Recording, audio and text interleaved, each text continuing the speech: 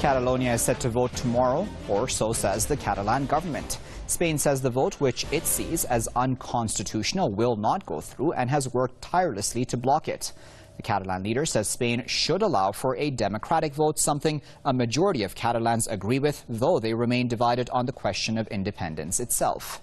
As half of polling stations remain sealed off and the other half are occupied by Catalans, is Spain heading for confrontation? Join me, Waqar Rizvi, as we seek to answer that and more in tonight's discussion. We're going to start off in Barcelona, where Press TV's correspondent Qusay Kedri is joining us live now. Qusay, what is the latest? The latest, Waqar, is the number of those schools and premises occupied by families. So far, over 160 apparently have already been occupied by parents. That's what the Spanish police reports. With regard to the vote, as you also mentioned in your introduction, the regional government insists it will hold that referendum as of tomorrow. Polling stations will open at 9 o'clock.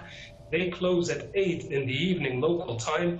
There are over 2,000 polling stations, according to the regional government spokesperson, scattered across the region. And more than 5,300,000 citizens are called to vote on Sunday.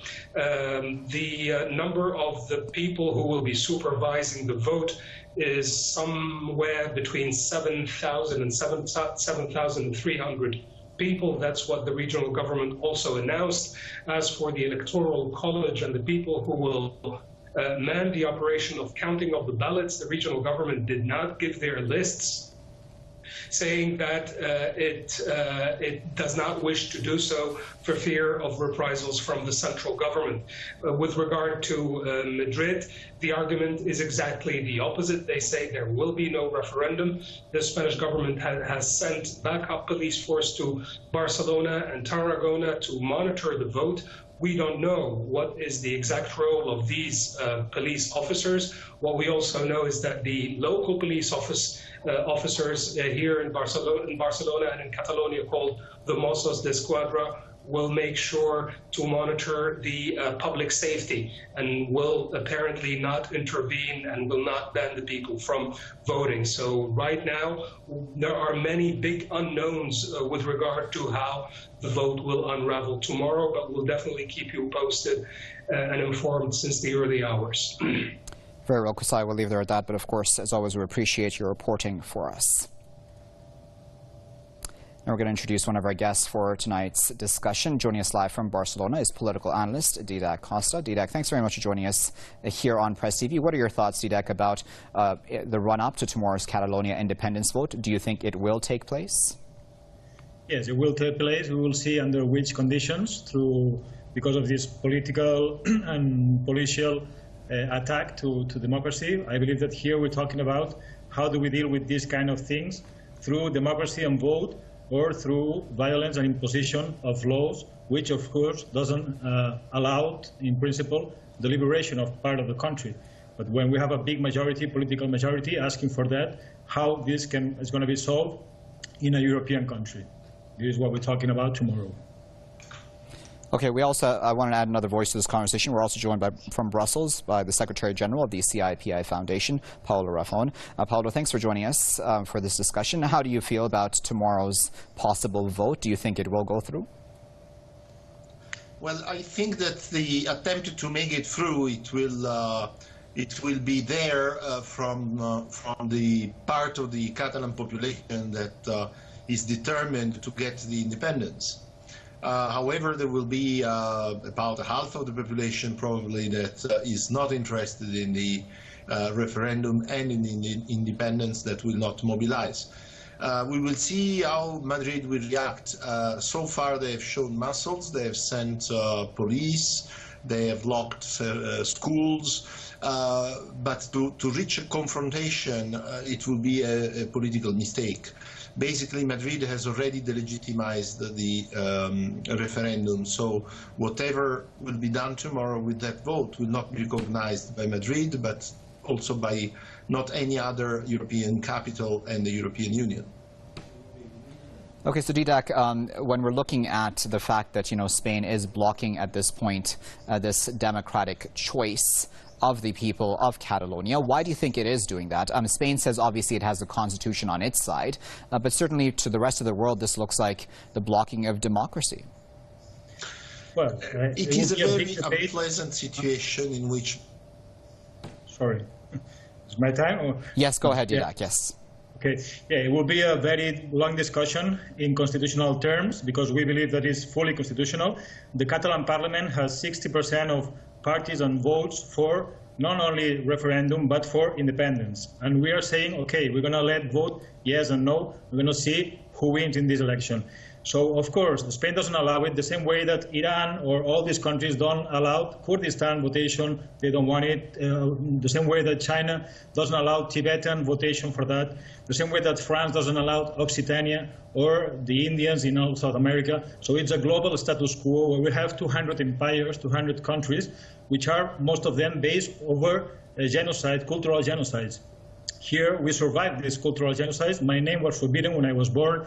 Our language has been forbidden for 3 centuries, and it comes from the 8th, 9th century, our language. No? So it has a long history, but it has been forbidden by Spain because they just wanted us to disappear. So what we said now is, okay, we don't want this anymore. We know that the Constitution of Spain doesn't allow us almost to exist as Catalans. 50 social laws that we approved with unanimity in our Catalan parliament were blocked in Madrid.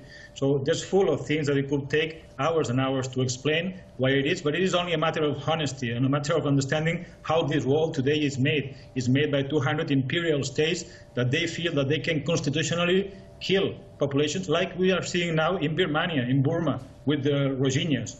What does the law say about the Rohingyas? That they can be demolished and extinguished. This is the law.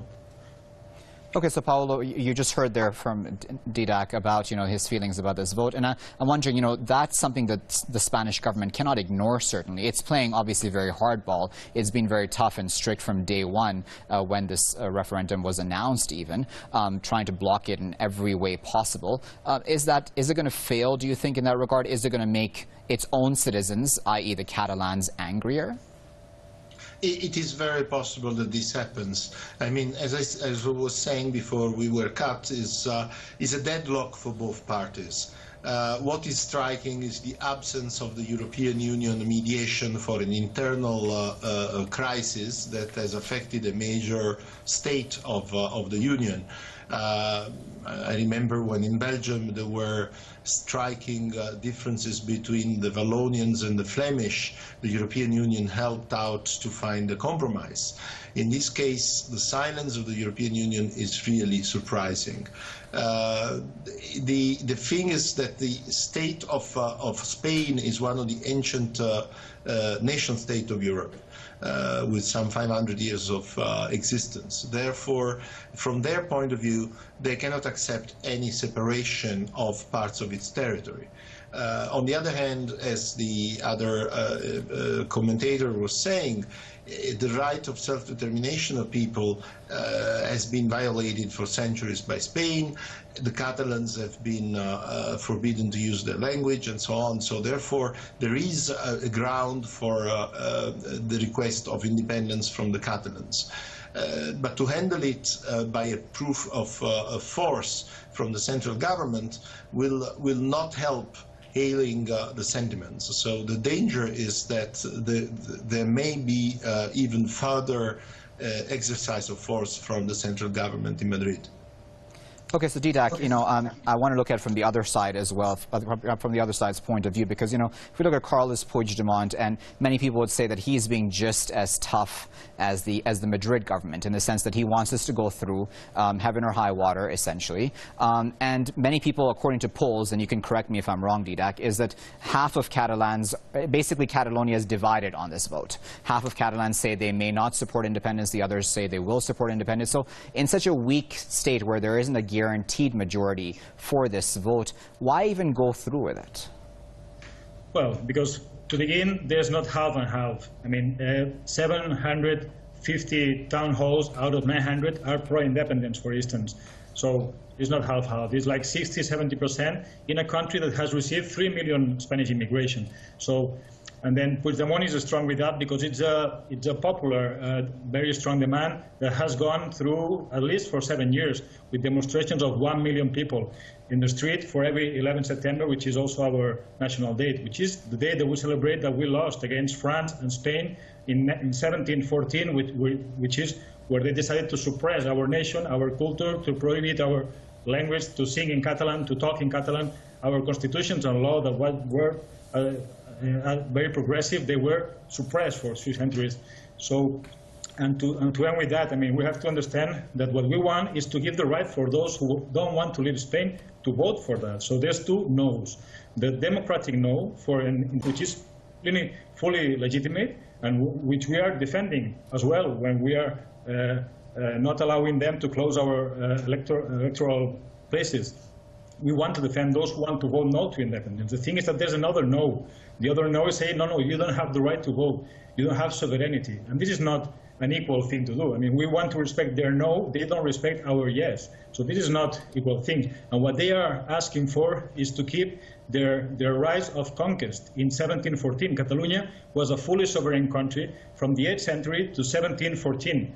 Then the French and the Spanish conquered Catalonia and suppress Catalan sovereignty. So when they're saying, no, you cannot vote, you will always remain in Spain, they are saying, okay, this is our conquest prize. So this is what they are defending. And we're saying, no, let's vote it. Let's people decide. This is called democracy. We thought that we were living in a democratic continent. But this is a global issue. I mean, one of the lacks of democracy in the world, it has to do with this, with national democracy. What happens with the Indians in South America and in North America? What happens with the Sahrawis? They've been waiting for 40 years for a referendum, and Morocco doesn't want to give them, and Spain neither. So what do we have to wait for? And Tibet has to fight for a certain sovereignty inside China, not to be suppressed forever from Earth, like all the Indians in South America have been suppressed by Spain precisely. We have to follow this law. No, we want to vote, and we want to give the voice to those who want to vote no to independence, but in a democratic way, not an impositive police way, which is what Spain is doing. We don't have enough police. We don't have military forces here. So and France, of course, and Euro powers are with Spain because they have the same problems. They have, of course, France, they have Scotland. The thing here is how do we solve this? Through the Britain way with the Scotland. Cameron was not a progressive president and not a pro-Scotland, and they let them vote through Canada way or through the Turkey way. And now we're seeing with the Kurdistan, through the Iran way and Turkey, not allowing them to vote and not considering democracy there because they feel that there are some superior rights to dominate these nations, or through democracy. So we're talking about that. We follow democracy, and we really believe in democracy, or we believe in a militarized war where the ones that have more military power will rule the world. This is the way, and this is what is being now decided in Catalonia, which is the way to create a world. Okay, so Paulo, one of the examples, as Didac just spoke about, obviously the Kurdish independence referendum we just had, regardless of the fact that obviously the central government, is against and rejects the results, but nevertheless it went through. And then we had, we can talk about other examples in history, be it the Quebec secessionist vote, which took place and which was rejected through voters. We also had the Scottish independence referendum, as Didac also mentioned, an example of why not on the part of Europe and Spain just say, let's let this vote go through, let's allow it, logistically at least, to go through, because right now even the logistics are a problem, aren't they? Sure. As I was saying, it has been very poorly managed from a political point of view, from both sides, with Madrid using a display of force and trying to undermine completely the possibility of the free expression of the will of people. This is not the way democratic states act. So it is clear that there is a deficit in Madrid to accept on how the rules of how to handle cases of request for independence when they are well grounded, like in the case of Catalonia. But there is a need for a compromise. The problem is that neither side wanted to find a compromise because there are some economic issues at stake. and these economic issues, which are most of the time misleading, because the idea that Catalonia alone can survive at the same level of growth and economic production, this is quite of a dream. It will go through at least 1/3 decline of its internal wealth if separated from Spain. So Spain will suffer enormously from the loss of Catalonia in the framework of the Eurozone, will probably not be able to survive easily. So there are many issues. Here there was a need of a political handling of the legitimate request from Catalonia. This has not been done from either side. Those who are supporting stubbornly the independence, and those who are supporting stubbornly the maintenance of the status quo with the nation state as it is. So this situation is really dangerous. It's very bad that Brussels and the European Union did not step in, saying this is an internal problem of Europe, and we request both sides to come here and mediate. They didn't do that, and it's really what is striking, because we go around the world doing this in many conflicts. I do not see why in Spain this was not possible. Northern Ireland has been mediated vastly. Why not Catalonia, Spain, is not understandable. And this situation may derail. It's enough that some hotheads create the casus for reaction, and then there will be, of course, repression. This is something that we have to be aware of. I've seen so many situations like this around the world that may derail, and the conditions are there. Okay, so Didac, we know that there's standoff at some polling stations, such as where Catalans have essentially just sat at those polling stations to ensure that police do not take them over. Do you think that there will be some sort of violence, if I may use that word, tomorrow during polling, during vote? Well, the only one that can apply violence is Spain and its police, because we don't have any arms. So we're going to just oppose through non-violent resistance to have the right to vote yes and no to independence. I insist that there's a big misunderstanding on that. We're not fighting for independence right now. We're fighting for a referendum. And Spain is saying, no, you will never vote. There's some things that cannot be voted. That Franco said how these things will remain forever. That the world powers don't like it, don't want it. Of course, so this is what we're discussing. And of course, me, after this conference, I'm going to defend my polling place, together with many other friends. And this is a good example as well, that we're not divided half and half. Where is the millions of unionist people? There's no millions. When they do a demonstration, there are 550,000, the maximum. And we are 1 to 2 million people every year. We have taken all the schools in Catalonia. They are taken by 1 to 200 people, all 7,000 places of political votation tomorrow. We are, that's full of things that whoever comes to live in Catalonia, they will see how many lies do we have by the Spanish press, which is the one that has the voice in the world. So if you really want to see what is happening here, just like in Venezuela, for instance, in many places, just come and visit Catalonia. You will see that it's just a very legitimate thing that we are asking for, and we are really surprised that Europe is not here. Well, we know why, because France is a big power, and they don't want this. They just want order and the law. And we're saying, well, and what about democracy? Wasn't that a big thing, an issue in Europe, democracy? What happens with the 2 to 3 million European citizens that we are now, that are being with 10,000 policemen in our coast threatening us? What about that? This is normal? If that happened in Paris, would that be normal, or in Berlin? Would the European Union allow that? How is that they are allowing that? The United Nations is talking with Spain and beginning to say, hey, it's too much, but they shouldn't talk with Spain. Spain doesn't have any tradition of democracy. They just entered in democracy 30, 40 years ago for the first time. I mean, in Catalonia, and it's not a matter of comparisons, but we had a parliament in the 13th century. We had one of the first union workers in the 15th century, 1440. We had one of the endings of feudalism in 1480. So this is what we want to preserve, a different way of being. And I would recommend the world to let us vote and let us exist in the world, because Catalonia is not the best country, of course, none is the best country. We are all good and bad, but we have some things. We have things interesting to show to the world as well, like all other countries. And we are not allowed to do that by Spain, the same way that Spain hasn't allowed all the Indians in South America to express them, and they don't exist anymore, almost. So this is the way that Spain deals with minorities. We are a minority in a state that doesn't respect at all minorities. So this is the issue. And they say, no, you can change the law. And this friend who's talking with me now, and most of the debate in the unionist power says, no, you can change the law. No, we cannot change the law. We are a minority. We should have 10 children each to change Spanish law. We are 7.5 million Catalans.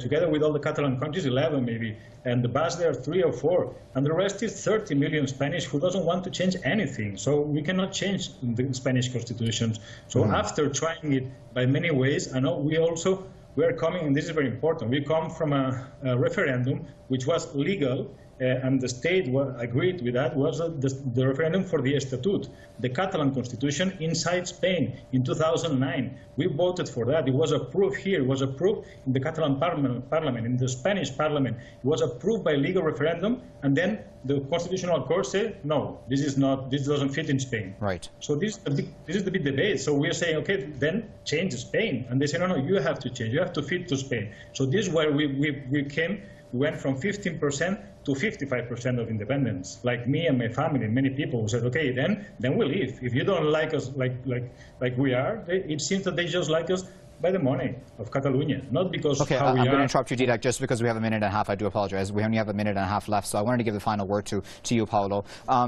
Paulo, you know, Puigdemont says that if in the vote there is a majority of Catalans that do vote for independence, and he has said that there is obviously going to be an issue of turnout, and we'll have to see how high or low the turnout is. But he said that if he feels that he's in a position where he can declare independence the day after, for example, the result comes out, he may very well do so. What do you think will be the consequences of that then?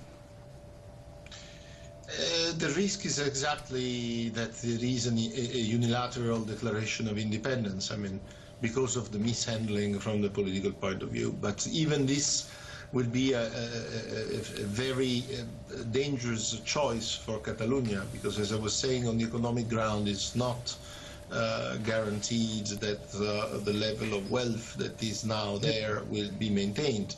Probably 1/3 at least will be lost. Which means a severe social recession. How Madrid will reply to the eventual declaration of independence, well, of course, will reply not recognizing it and using the force. So at that point, there may be uncontrolled circuits that connect. It will be a catastrophic way of handling an internal issue in Europe. That's why the responsibility of the European Commission and the European Parliament is called in. They should stop this process from both sides and open a mediation table quickly. Okay. I will have to leave it there at that, gentlemen, but of course we do appreciate both your contributions to this discussion. That was Didac Costa speaking to us live from Barcelona. He's a political analyst, and we were also joined by Paulo Rafón, who is the Secretary General of the CIPI Foundation, and he had been speaking to us live from Brussels. And of course, viewers, we appreciate you joining us as well. Until next time, good night.